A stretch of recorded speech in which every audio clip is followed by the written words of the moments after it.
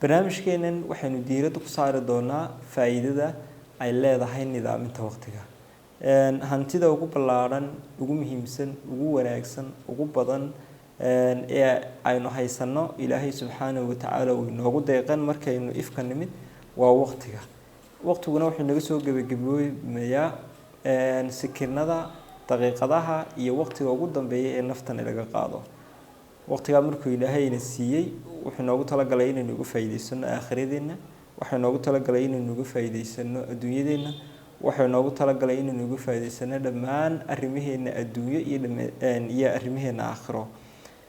Haddaba qof kasta oo adduunka joogana wuxuu haystaa 24 saacadood ayuu haystaa. Ma jiro qof ka yar oo haysta waqtigaas. Qof kasta 24 saacadood buu haystaa. Nidaaminta waqtiga markaynu leenahay qofku waxa uu badinayaa marka uu waqtigiisa nidaamiyo waxa uu badanayaa kow wax soo saarkiisu uu badanayaa qofka waxa loo yaqaan productivity-giisu uu badanayaa efficacy waxa loo yaqaan hufnaanta ama muxuu ahaayay sida uu shaqada u qabanayaana way fiicnaanaysaa. Nidaaminta waqtiga labada qodob baa ka dhasha inuu qofku productive noqdo oo wax soo saarkiisu uu midho dhalo iyo muxuu ahaayay waxaan uu qabanayaa uu noqdo wax midho dhala. Inta marka laga yimaado waqtigaaga markaad doonaysid inaad nidaamisid 3-4 shay un baad maraysaa. Kow inaad samaysid inaad dhigatid goals 24 saacadood inaad dhigatid goals ujeedooyin ahdaaf aad xaqiijinaysid 24 saacadood ahdaaf aad xaqiijinaysid bishaas ahdaaf aad xaqiijinaysid sanadkaas ahdaaf aad xaqiijinaysid 5 sano ahdaaf aad xaqiijinaysid noloshaada inta nooshahay. ahdaaftaasna waxaad ahmiyadda u kala siinaysaa siday u kala muhiimsan yihiin. mid walba midka uu ka muhiimsan yahay ee naftaada iyo mustaqbalkaaga uu ugu muhiimsan yahay ayaad u soo kala horeysiinaysaa oo aad muhiimadda u siinaysaa. sidoo kale waxaad samaysanaysaa scheduling jadwal baad samaysanaysaa. ahdaaftaada aad dhigatay ee aad muhiimadda u soo kala siday u kala muhiimsanayd soo kala horeysiisay waad jadwaleynaysaa. maalinta wixii aad qabanaysaa waad jadwaleynaysaa. bisha wixii aad qabanaysaa waad jadwaleynaysaa. sanadka wixii aad qabanaysaa waad jadwaleynaysaa. adoo ugu soo kala horeysiinaya sida ay muhiimadda u kala leeyihiin ee adiga kugu muhiimsan yihiin. intaa marka aad samaysid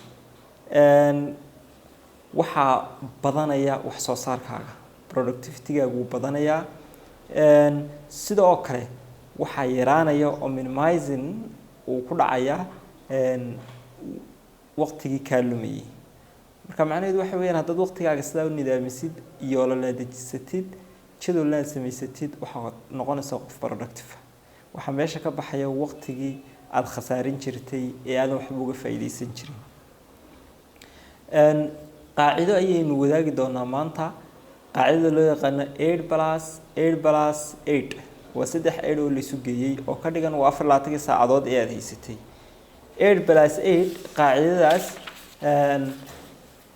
waxay ka macno tahay 8 saacadood waad shaqaysanaysaa ama shaqo toos oo dhameystiran qabo ama shaqooyin kala duwan 8 saacadood ku buuxi adu 8 saacadood hard work baad noqonaysaa.